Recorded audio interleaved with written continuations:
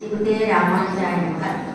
श्रीमान् वेंकटनाथार्य कवितार्किककेसरी वेदान्ताचार्यवर्यो मे सन्निधत्तां सदा श्रुतिः वेदान्त लक्ष्मण मुनीन्द्र कृपार्थबोधं तत्पादयुग्मतर्कीकभृङ्गराजं त्रय्यर्तयुग्मकृतभूरि परिश्रमं तं श्रीरङ्ग लक्ष्मणमुनिं शरणं प्रपद्ये। श्रीमते गोदाय नमः। భాగవత గోష్ఠికి నమస్కారం. ఈరోజు చిన్న ఛాన్స్ ఇచ్చారు, నా వల్ల ఆయన ప్రయత్నం చేస్తారు. బికాస్ బేసికలీ మాది తమిళ అనమాట, అది తెలుగులో చెప్పడానికి ఈరోజు ప్రయత్నిస్తున్నాను. మనమందరూ ఈ ధనుర్మాసంలో 30 రోజులు తిరుపావళి జరుపుకుంటున్నాం. తిరుపావళిని 6 అంగంగా 6 పార్ట్స్గా వాళ్ళు డివైడ్ చేశారు. ఫస్ట్ 5 శ్లోకాల్లో మనం ఎందుకు వ్రతం చేస్తున్నామో, ఎవరిని వేడుకోవాలి అవన్నీ ఆడాడమ్మ బాగా చెప్పింది. నెక్స్ట్ ఉన్న 2 పార్ట్స్ అంటే 6వ పార్ట్ నుంచి 17వ పార్ట్ దాకా గోపికల్ని వేడుకొలుపుతుంది.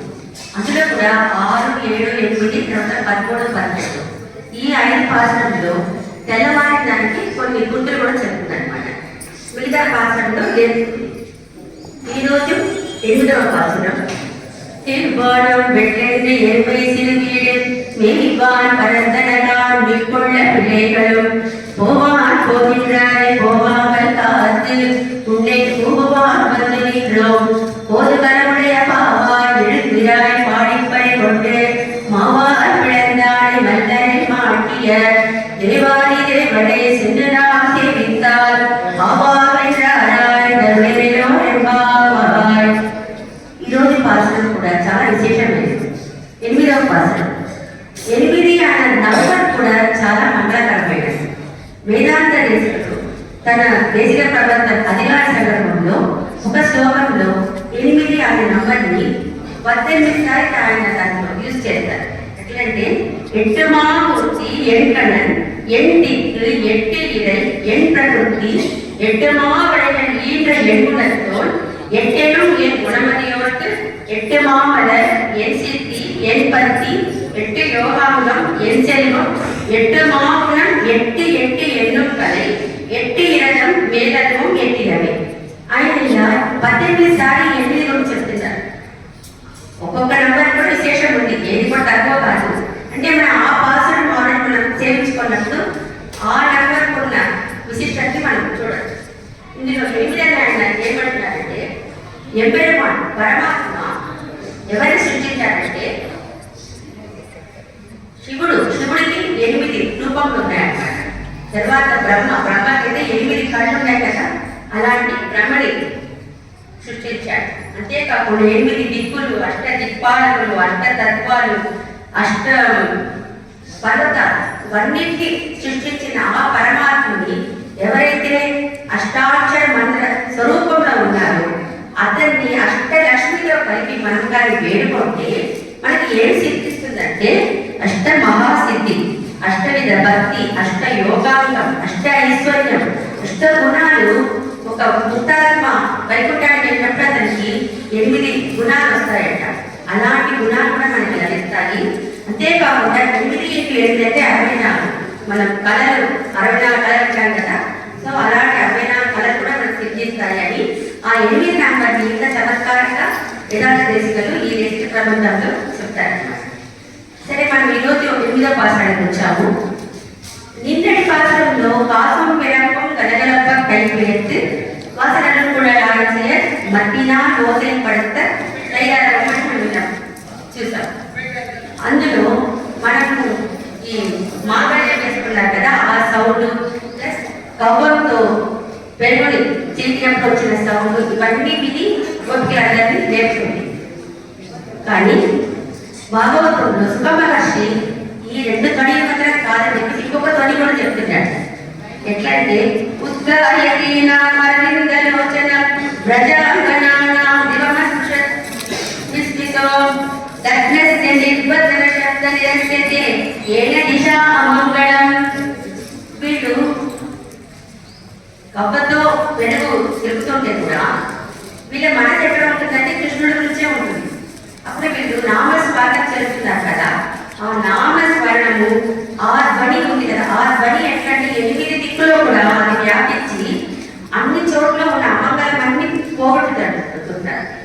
మంగళకరమే ఉంటుంది అని చెప్తారన్నమాట ఆయన. అలాంటి మంగళకరమైన శబ్దం విని కూడా నువ్వు లేవలేదా అని చెప్పేసి నిన్నటి గోపికను లేపింది.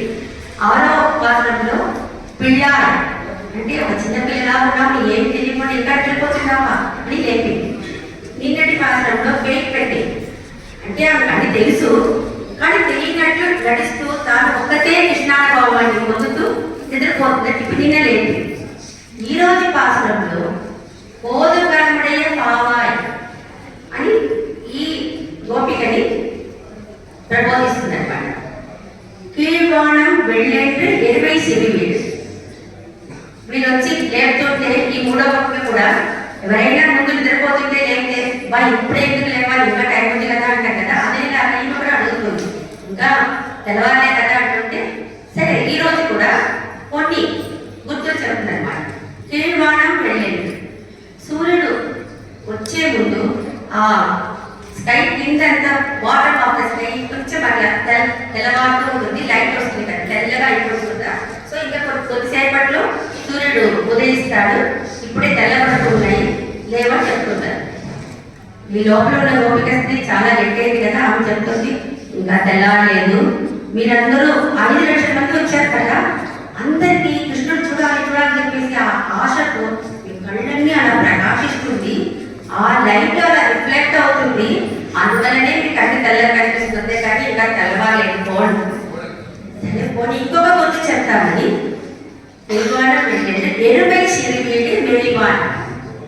మేఘవాన్ అంటే మేతకు వెళ్తున్నాయి అంటే ముందు తెల్లవారులు ఏం చేస్తారంటే ఆ రేదులని పక్కన ఉన్న పొలాల్లో మేత కోసం పంపిస్తారనమాట. ఎందుకంటే అప్పుడు పొద్దున మంచుతో కలిగిన చిన్న గట్టి పొలాలు ఉంటాయి కదా, అప్పుడే కొత్తగా మొలిచినవి అనమాట, వాటి కోసం పంపిస్తారు, దాన్ని సిరివీడు అంటారు. తర్వాత తెల్లవారిన తర్వాత పక్కన ఉన్న పెద్ద పెద్ద పొలాలకు పంపించి అక్కడ కోసం పంపిస్తారు.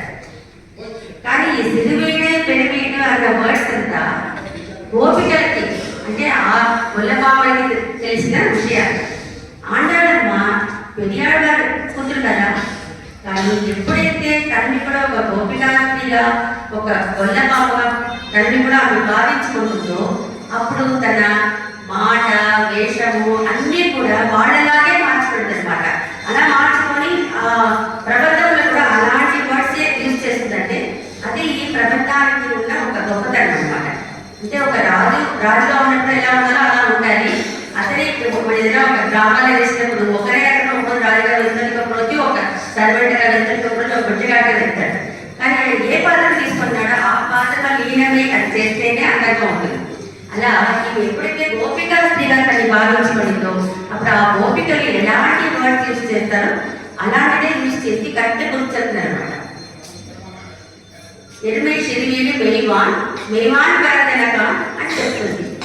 చూడు ఇప్పుడు ఈ గేదెని వెళ్ళాయి కదా, ఇంకా నీకు ఏ గుర్తు కావాలమ్మా లేచిరా అంటే ఇంకా తెల్లారలేదు, అందరూ రాలేదు, మన ఊళ్ళో మొత్తం 5 లక్షల మంది ఉన్నారంటే మేము 10 మంది రాగలుగుతున్నాం కదా, నువ్వు మిగతా 4,99,980 మెంబర్స్ వచ్చేసారనుకోని మా 10 మంది ఎక్కడానికి వచ్చావు కదా, ఇంకా అందరూ రాలేదు చూడు అనుకుంటే లేదు 20 సిరివీడి మేఘవాన్ కర్తనగా నిప్పుళ్ళే పెళ్ళేకడం నువ్వు అట్లా అనొద్దు, మిగతా వాళ్ళు అడగనొద్దు, అందరూ వచ్చేసారు. అందరూ వచ్చేసి పోవామని కాదు, అందరూ వచ్చేసి ఇక్కడ మీరు రాకపోతే వాళ్ళకి వచ్చిన కోపం వచ్చి వాళ్ళు వెళ్ళిపోతున్నారు ఎన్నాడని వెళ్ళడానికి.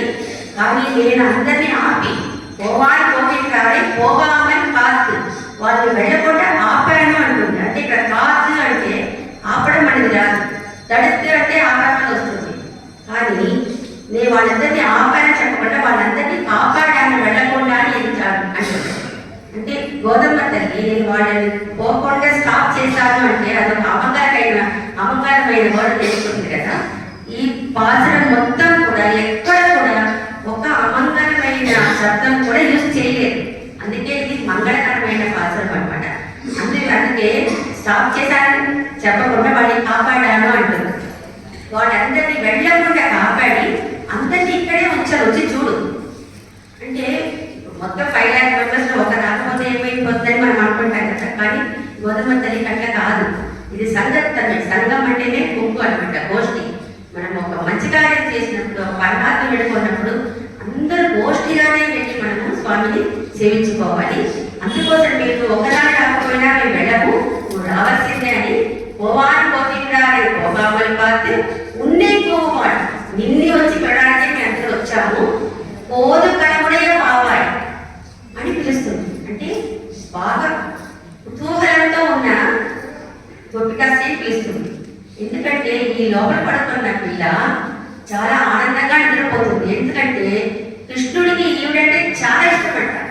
అదేలాగా ఈవిడకు కృష్ణుడు అంటే ఇష్టమంటే, మనకు కృష్ణుడు అంటే అందరికీ ఇష్టం ఉండాలి వేరే, కానీ కృష్ణుడికి కూడా ఏమంటే ఎంత ఇష్టం అంటే ఎంత గొప్పదాన్ని ఉండాలి.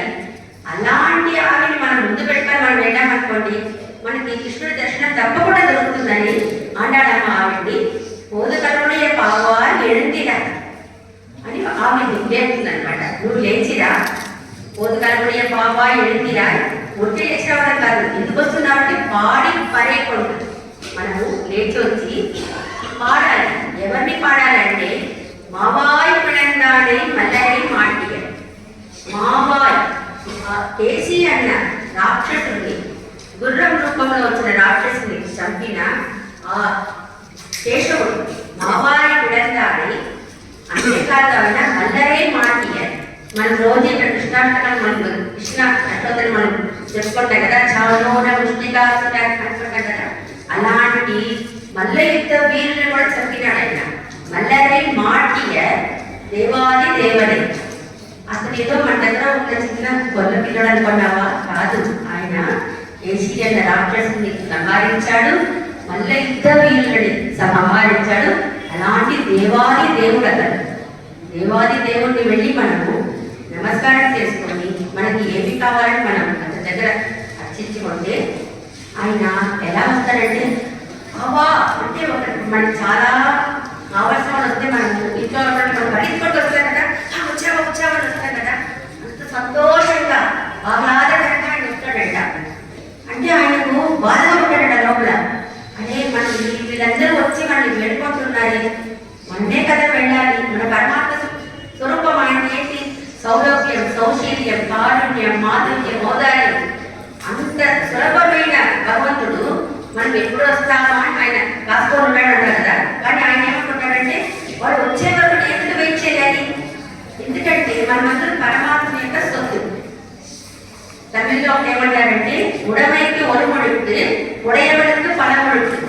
అంటే ఇప్పుడు ఒక చిన్న చొమ్ము ఉంది అనుకోండి, బావిలో చొమ్ము పడిపోతే అది ఒకసారే ముడుతుంది, అది ఒకసారే ముడుగుతుంది. కానీ అది మనకి కావాలంటే మళ్ళీ మన దానికోసం 10 సార్లు ముడుగుతాం.